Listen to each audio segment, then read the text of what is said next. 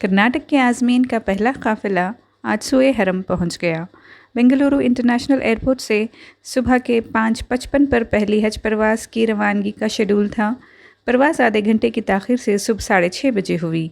रवानगी से कबल इस काफ़िले ही के एक आज़म ने दुआ की। इस परवाज़ में 450 आज़मीन की रवानगी होनी थी, लेकिन 439 आज़मीन रवाना हुए। आज़मीन की रवानगी के वक्त एयरपोर्ट के हज टर्मिनल पर ही कस्टम क्लियरेंस और इमिग्रेशन अफसरान हज कैंप पर ही ये खिदमात अंजाम दे चुके थे। इस मरतबा आज़मीन को 2100 सऊदी रियाल गैर मुल्की ज़र मुबादला की रकम हज भवन ही में दी जा रही है। हज टर्मिनल काफ़ी साफ़ सुथरा है। रवानगी से कबल आज़मीन ने हज टर्मिनल पर ही 4 जमातों में नमाज फ़ज्र अदा की। सुबह 5:30 बजे बोर्डिंग का सिलसिला शुरू हुआ। बोर्डिंग से पहले ही सऊदी एयरलाइंस ने रवाना होने वाले तमाम आज़मीन में खाने के पैकेट्स तकसीम किए। इस मरतबा सफ़र हज को डिजिटल करने की इत्तला तमाम आज़मीन को देकर ये कहा गया था कि वो सफ़र हज के लिए हज कैंप आते वक्त अपने हज वीज़ा कॉपी सेंटर हज कमेटी के पोर्टल से डाउनलोड करके साथ लेते आएँ।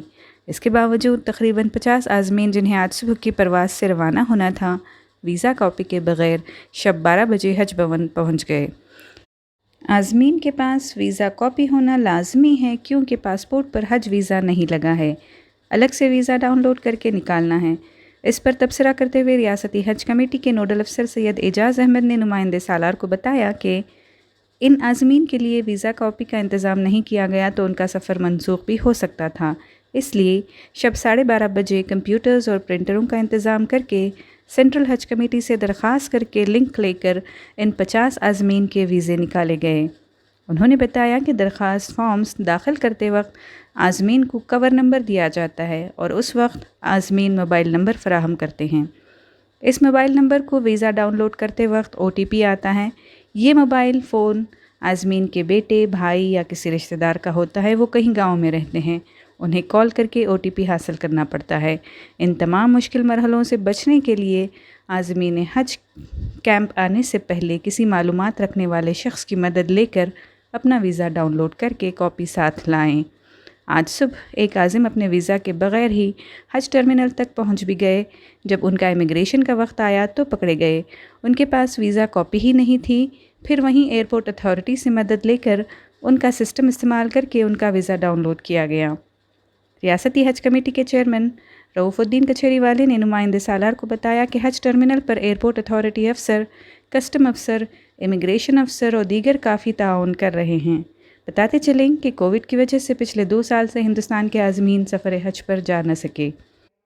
आम तौर पर कर्नाटक से हज कमेटी के ज़रिए 6000 से ज़ायद आज़मीन हज फ़रीज़े हज की अदायगी के लिए रवाना होते थे, लेकिन इस मरतबा हुकूमत सऊदी अरबिया ने हिंदुस्तान का हज कोटा 60% कम कर दिया है, जिसमें से हज कमेटी ऑफ इंडिया ने कर्नाटक को 3152 हाजियों को फ़राहम किया गया है।